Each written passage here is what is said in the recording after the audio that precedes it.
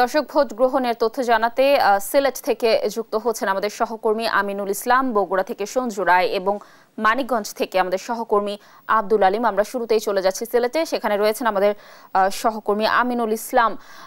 আমিনুল, সিলেটে ভোট কেন্দ্রের পরিস্থিতি কেমন দেখছেন? ভোটার উপস্থিতি কি বেড়েছে? যেহেতু একদমই প্রথম ঘন্টা চলছে, কি তথ্য রয়েছে আপনার কাছে, বিস্তারিত জানাবেন।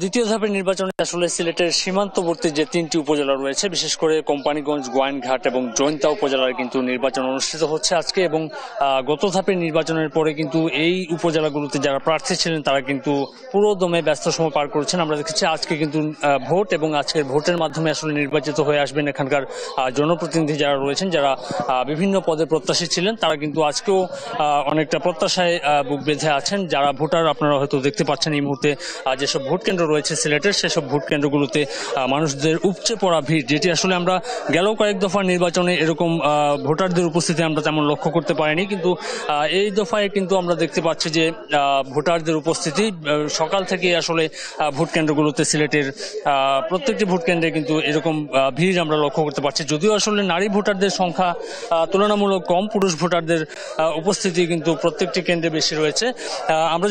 আমরা এখানে একজন প্রার্থীকেও পেয়েছি, আমরা এই প্রার্থীর সাথে একটু কথা বলতে চাই।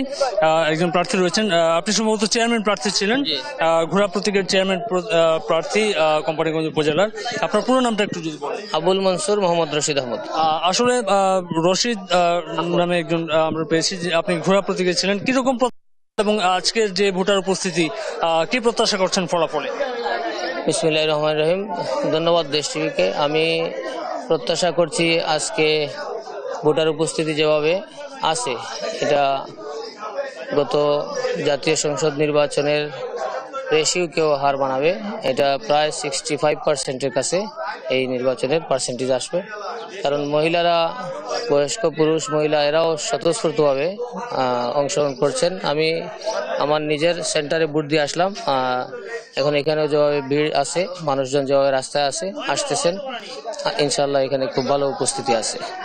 ধরনের অভিযোগ আছে কিনা এখন পর্যন্ত? পরিবেশ, আপনার প্রচার প্রচারণায় বিঘ্ন ঘটেছে কিনা, বা কোনো হুমকি রয়েছে কিনা? তো অনেক কথা আমরা শুনে থাকি। স্থানীয় নির্বাচনে কিছু এগুলা পেশি শক্তি ব্যবহার হয়ে থাকে। আমাদের এখানেও 2 জন প্রার্থীর ক্ষেত্রে হয়েছে, আমি সহ 3 জন প্রার্থী। তো সেক্ষেত্রে এগুলা আইন শৃঙ্খলা বাহিনী আছেন, ইলেকশন কমিশনের ডেস্ক আছেন, ওনারা দেখতেছেন, নজরদারিতে আছে। নির্বাহী ম্যাজিস্ট্রেট একজন আছেন উপস্থিত, যে সময় যেটা এটার তাৎক্ষণিক ব্যবস্থা ওনারা নিয়েছেন। আর আজকে একটা আসতেছে কমপ্লেন, আমি আমার ওইখানেও ওই সেন্টারে পেলাম। এখানেও এসেই আমি জানলাম যেটা টানতেছে খুব কম, এই যে ভোটাররা যেতে। ধন্যবাদ আপনাকে। দর্শক আসলে শুনছিলেন একজন প্রার্থী যেটি বলছেন, নানা ধরনের অভিযোগ রয়েছে, তবেও তিনি বুক বেঁধে আছেন। আসলে সর্বশেষ ফলাফল বিকেল 4টার পরে আসলে ভোট গণনার মধ্য দিয়ে আসলে তিনি তার যে কাঙ্ক্ষিত ফলাফল সেটি হয়তো পেয়ে যাবেন। আমরা আসলে আমাদের সঙ্গে আরো একজন সহকর্মী যুক্ত রয়েছেন, আমরা তার কাছ থেকে জানতে চাই সে এলাকার খবর। আমিনুল, ধন্যবাদ আপনাকে। সারা দেশের ন্যায় আজ কিন্তু বগুড়াতেও 3টি উপজেলায় কাহালু, দুপচাঁচি এবং আদমদীঘির 182টি কেন্দ্রে সকাল 8টা থেকে একযোগে ভোট গ্রহণ কার্যক্রম কিন্তু শুরু হয়েছে। এই 3টি উপজেলাতেই প্রতিটি পদে চেয়ারম্যান এবং ভাইস চেয়ারম্যান 2টি পদ, পুরুষ এবং মহিলা 3টি পদে কিন্তু একাধিক প্রার্থী এবার প্রতিদ্বন্দ্বিতা করছে। আমি এখন বর্তমানে দাঁড়িয়ে আছি শীতলাই দাখিল মাদ্রাসা, এটি কাহালু উপজেলায়। 1,92,000 ভোটারের এই উপজেলায় এবার চেয়ারম্যান পদে প্রতিদ্বন্দ্বিতা করছেন 3 জন। সর্বোচ্চ সংখ্যক ভাইস চেয়ারম্যান পদে কিন্তু প্রতিদ্বন্দ্বিতা করছেন এই উপজেলায় 7 জন, এবং মহিলা ভাইস চেয়ারম্যান পদে 2 জন। লাবণী, আসলে সকাল থেকে যেটা আমরা ভোট কেন্দ্রের পরিস্থিতি দেখেছি, যে চিরচেনা গ্রামে যে উৎসবের আমেজ থাকে ভোট কেন্দ্রগুলোতে, সেই উৎসবের আমেজ কিন্তু আজকে আমরা দেখিনি। এবং প্রতিটি যে রুম, সেই ভোট কক্ষগুলোতে প্রার্থীদের পক্ষ থেকে এজেন্ট কিন্তু আমরা পাইনি। কোনো কক্ষে একজন প্রার্থীর এজেন্ট রয়েছে, কোনো কোনো কক্ষে কোনো এজেন্টই ছিল না। আমরা যেটি জানতে পারলাম এটি কিন্তু ভোট কেন্দ্রের পরিবেশের জন্য না, প্রার্থীদের পক্ষ থেকে কিন্তু সকল জায়গায় এজেন্ট কিন্তু নিশ্চিত করা হয়নি। তবে প্রতিটি কেন্দ্রে ভোটার উপস্থিতি থাকুক বা না থাকুক, আইন শৃঙ্খলা বাহিনীর যে নিরাপত্তা বেষ্টনী তা কিন্তু চোখে পড়ার মতো। এখানে পুলিশের পাশাপাশি আনসার সদস্যরা কিন্তু গুরুত্বের সাথে দায়িত্ব পালন করছে। শুধু তাই না, আমরা কিন্তু টহল দেখেছি র্যাব, বিজিবি এবং এক্সিকিউটিভ ম্যাজিস্ট্রেটের। এখানে কিছু খেটে খাওয়া মানুষ তারা কিন্তু আজকে ভোট দিতে এসছে। একটু সরাসরি তাদের সাথে কথা বলবো। কাকা, ভোট দিয়েছেন কিনা, ভোট কেন্দ্রের পরিবেশ কেমন দেখছেন বলেন?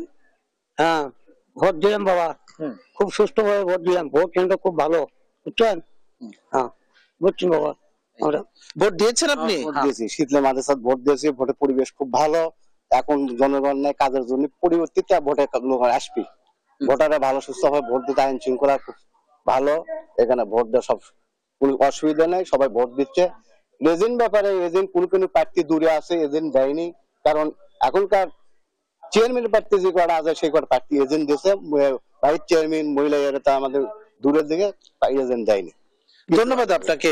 লাবণী, আপনি শুনছিলেন যে ভোটাররা যেটি বলছিল তারা কিন্তু অত্যন্ত সুষ্ঠুভাবেই তাদের ভোট দিতে পেরেছে। তবে প্রার্থীদের যে উপস্থিতি, যে কেন্দ্রের বাইরে যে তাদের সমর্থকদের যে উৎসবমুখর পরিবেশ থাকে তা কিন্তু আমরা এই উপজেলায় এখন পর্যন্ত দেখিনি। তবে তারা যেটি বলছে, বিভিন্ন মানুষ যে বেলা বাড়ার সাথে সাথে ভোট কেন্দ্রগুলোতে কিন্তু ভোটার উপস্থিতি বাড়বে। তবে আইন শৃঙ্খলা পরিস্থিতি কিন্তু সার্বিকভাবে নিয়ন্ত্রণ করার জন্য আজকেও কিন্তু গতবারের মতোই প্রশাসনের যে তৎপরতা দেখছি তা কিন্তু সত্যি ইতিবাচক। এখন পর্যন্ত বগুড়ার উপজেলা নির্বাচনের সার্বিক পরিস্থিতি নিয়ে আমার কাছে এটি ছিল সর্বশেষ। উপজেলা নির্বাচনের আরো খবর জানবো, আমরা সরাসরি চলে যাচ্ছি মানিকগঞ্জে। সেখানে রয়েছে আমাদের সহকর্মী আব্দুল আলিম। ধন্যবাদ সঞ্জু। তো মানিকগঞ্জের দ্বিতীয় ধাপের ষষ্ঠ উপজেলা পরিষদ নির্বাচন অনুষ্ঠিত হচ্ছে ঘিওর, দৌলতপুর এবং শিবালয় উপজেলায়। তো এই তিনটি উপজেলায় সকাল 8টা থেকে শান্তিপূর্ণ পরিবেশে ইভিএম এ কিন্তু ভোট গ্রহণ অনুষ্ঠিত হয়েছে। সেক্ষেত্রে আমরা যতটুকু প্রশাসনের মাধ্যমে জানতে পেরেছি যে প্রায় 1000-এর উপরে পুলিশ সদস্য, আনসার সদস্য এবং 2 প্লাটুন বিজিবি, র্যাব ফোর্সেস এবং জেলা প্রশাসনের পক্ষ থেকে নির্বাহী ম্যাজিস্ট্রেটগণ মাঠে রয়েছে, যে কোনো রকম অনাকাঙ্ক্ষিত কোনো ঘটনা না ঘটে সেই জন্য তারা তৎপর রয়েছে। আর এই ঘিওর, আমি এখনো অবস্থান করছি ঘিওর উপজেলা পরিষদ নির্বাচনের বানিয়াজুরি কেন্দ্রে। এই কেন্দ্রে ভোটার সংখ্যা আছে প্রায় 1300। সকাল এই 1 ঘন্টায় কাস্ট হয়েছে প্রায় 100 কাছাক মতো। তো ভোটার উপস্থিতি কিন্তু একেবারে কম দেখা গেছে। আর যেটা মনে করছেন যে সাধারণ ভোটাররা এবং এরা যে বেলা বাড়ার সাথে সাথে অথবা বিকেল নাগাদ 2টার পরে ভোটার সংখ্যা বাড়তে পারে বলে তারা ধারণা করছেন। আমরা কথা বলেছি পুলিশ সুপারের, মানিকগঞ্জ পুলিশ সুপার গোলাম আজাদ খানের সাথে। তিনি যেটি বলেছেন যে প্রশাসনের পক্ষ থেকে তারা সর্বোচ্চ প্রস্তুতি নিয়েছে এবং যে পুলিশ সদস্য সাদা পোশাকে এবং ডিবি থেকে প্রায় সহস্রাধিক যে পুলিশ সদস্য তারা তৎপর রয়েছে এবং মাঠে মোবাইল টিম অবস্থান করছে। তো আমরা এখন পর্যন্ত সকাল থেকে এই 9টা বাজে 1 ঘন্টা আমরা এখন পর্যন্ত কোথাও কোনো কেন্দ্রে কোনো অপ্রীতিকর কোনো ঘটনার খবর আমরা পাইনি। এছাড়া আমরা মানিকগঞ্জে ইভিএম এ ভোট দিতে পেরে কিন্তু অনেকেই যে এই প্রথম ভোট দিয়েছে তারা কিন্তু অনেকটা উৎফুল্ল পরিবেশে কিন্তু তারা ভোট দিতে পেরেছে। তো আমরা এখন কথা বলবো একজন ভোটারের সাথে। আচ্ছা, মেশিনে ইভিএম এ ভোট দিয়ে কেমন লাগলো? ভালো লাগছে। পরিবেশ কেমন? ভোটের পরিবেশ কেমন? অনেক সুন্দর। ঠিক আছে, ওকে, ধন্যবাদ। যেমনটি শুনছিলেন যে ইভিএম এ ভোট দিয়ে কিন্তু অনেকটাই তারা উৎফুল্ল হয়েছে এবং তারা মনে করছেন যে ইভিএম এ ভোট দিয়ে তারা অনেক খুশি। লাবণী, এই ছিল মানিকগঞ্জের আমার কাছে নির্বাচনের সর্বশেষ খবর। ধন্যবাদ আলিম, সঞ্জু এবং আমিনুল আমাদের সাথে যুক্ত থাকার জন্য। দর্শক, উপজেলা পরিষদ নির্বাচনের দ্বিতীয় ধাপের ভোট গ্রহণ চলছে, সকাল থেকে চলবে বিকাল 4টা পর্যন্ত। সে ব্যাপারে দেশের বিভিন্ন প্রান্ত থেকে তথ্য জানাচ্ছিলেন আমাদের সহকর্মীরা।